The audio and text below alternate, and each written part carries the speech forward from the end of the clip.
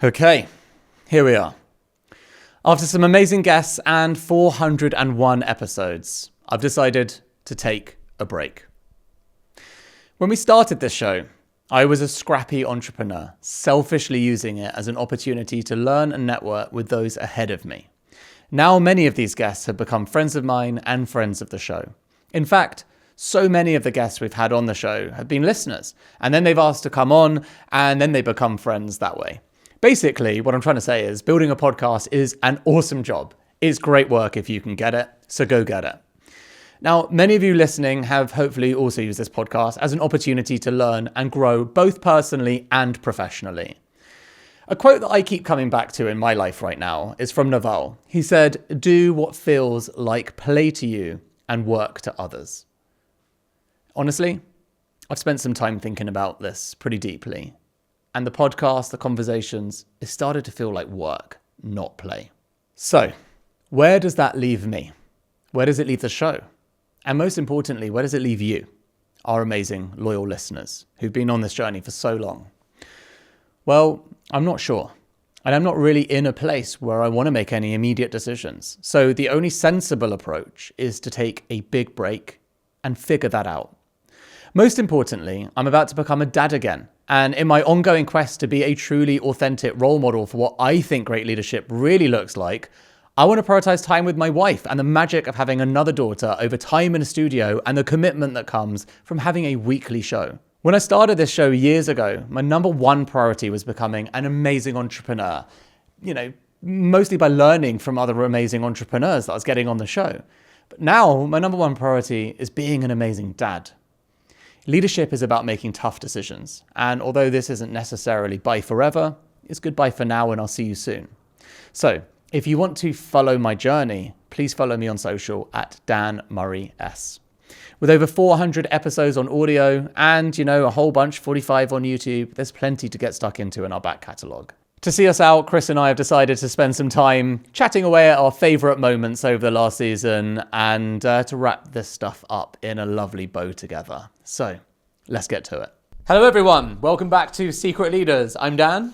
I'm Chris. And we've got a different kind of episode today, don't we, Chris? We do. It's very sad. Very, very sad. I've said it on the show loads of times before, but probably the first podcast I ever listened to was Secret Leaders. And my favourite podcast for about 7 years has been Secret Leaders. And I've had the privilege of being on Secret Leaders for the last 2 seasons and interviewed some incredible people, have had such an unbelievable laugh. But yeah, good things come to an end. Good things come to those who wait is actually... Is that yeah, exactly. But, this one came to an end. Yeah, I really have that energy of like, don't be sad that it's over, be happy it happened type thing. Because as I've said on loads of episodes, like it was dream come true becoming a co-host of the show. Okay, so let's rewind a little bit. Let's have a little reflection. Maybe just focus on this last season we've just done together. Who was your standout guest? Who was your favourite? The other day, my mum told me that she watched the Bermudan episode. She like it? My mum doesn't watch podcasts. Like that's so far from her world. And my mum said to me that she thought that the episode was brilliant. She was like, it was so nice to see such a human side of Deborah, but also that she clearly really liked you and Dan. And it's nice that my mum says that, because actually for me, that episode was definitely my favourite. I think because I grew up watching Dragon's Den, and I think like a lot of people in the UK, love it or hate it, it defined entrepreneurship in my head. Like the way I think about investment is you go into a room and you pitch and people go yes or no. And that's obviously not how it happens in real life. But for so many of us, it's kind of defined by that. And so I don't even know if I knew how impactful she was for me until I actually met her. And I've rewatched that episode loads of times. Yeah, it's nice. And so that episode 100% was just absolutely incredible. And it performed so well that I think that that all came together. So yeah, that one definitely for me. Although I would say Matthew Paulson. Yeah. That episode, and obviously we're sort of becoming friends now. Yeah, we now play paddle with him. Yeah, in real life outside the pod. That episode, I felt like I had goosebumps in the episode when he talked about how he died effectively. So yeah, I think it's been a real experience. I've loved it. It's been so funny as well. Yeah. I think that's what I think. Maybe you wouldn't always see it off camera, but I feel like we have spent a year just laughing. Yeah, giggling away. Yeah. Yeah, for sure. I think my favourite episode was Matthew's. Yeah. So great, cool. And I think my surprising hit was maybe Lionel Barber, because don't really interview. I haven't had that much experience interviewing non-entrepreneurs. So he's a journalist, and so there was a very different type of interview for me and my experience over across hundreds. And his story is not just about Masa Son, but also Putin. And, you know, they blew up on social as well. So that's like similar to your Deborah Meaden thing. It's like, it's gratifying to see it. It's like you're enjoying it and it smashes it. Yeah. It's actually, it's a tough thing about content and podcasts and so forth. Interviews. But yeah. If it resonates with the audience, it's just amazing, the feeling. And it's not that neither you or I are like obsessed with views or traffic or whatever, but when something bangs, it feels awesome because like I feel like they have got a chance to see how great the moment was. Yeah. They share in your enjoyment of it. Yeah, I mean, all that Putin stuff was crazy as well. So, what did he do? He talked to him in German, and that got Putin to like him. Yeah, smart. Yeah, random but smart.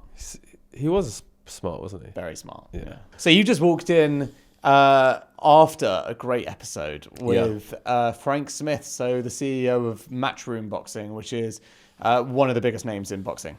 But we obviously were standing out there, and we were talking about his life journey and his story. And his story goes from being like 14-year-old selling tickets to Eddie Hearn to being T-Boy to joining the company to working at the company becoming one of the biggest promotion companies in the world, owning the darts, and now he's CEO.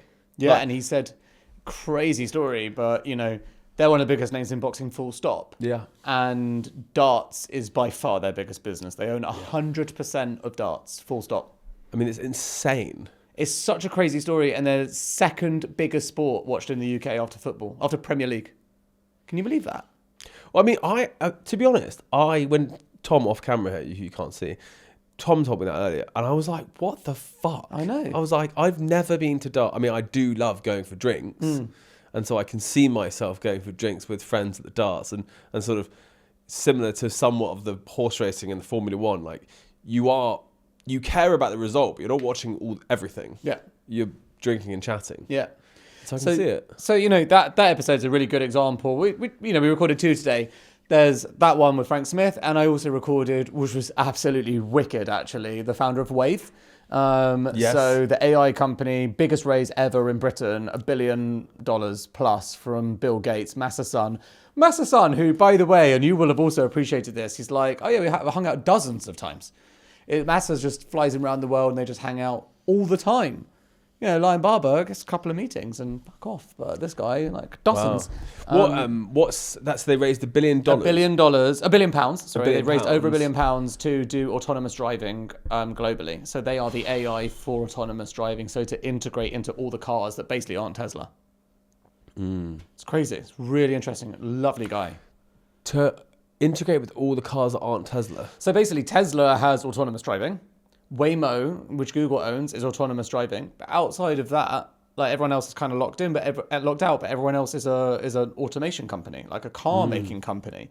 So other than if you're Tesla and you are a tech company, you don't really know how to get into AI. So they are the AI company, and Bill Gates, they got investment from Uber, Microsoft, SoftBank, like a whole Nvidia, like directly. Jesus. And so that they can just go and integrate into all, like BMW, Volvo, etc. to all have crazy.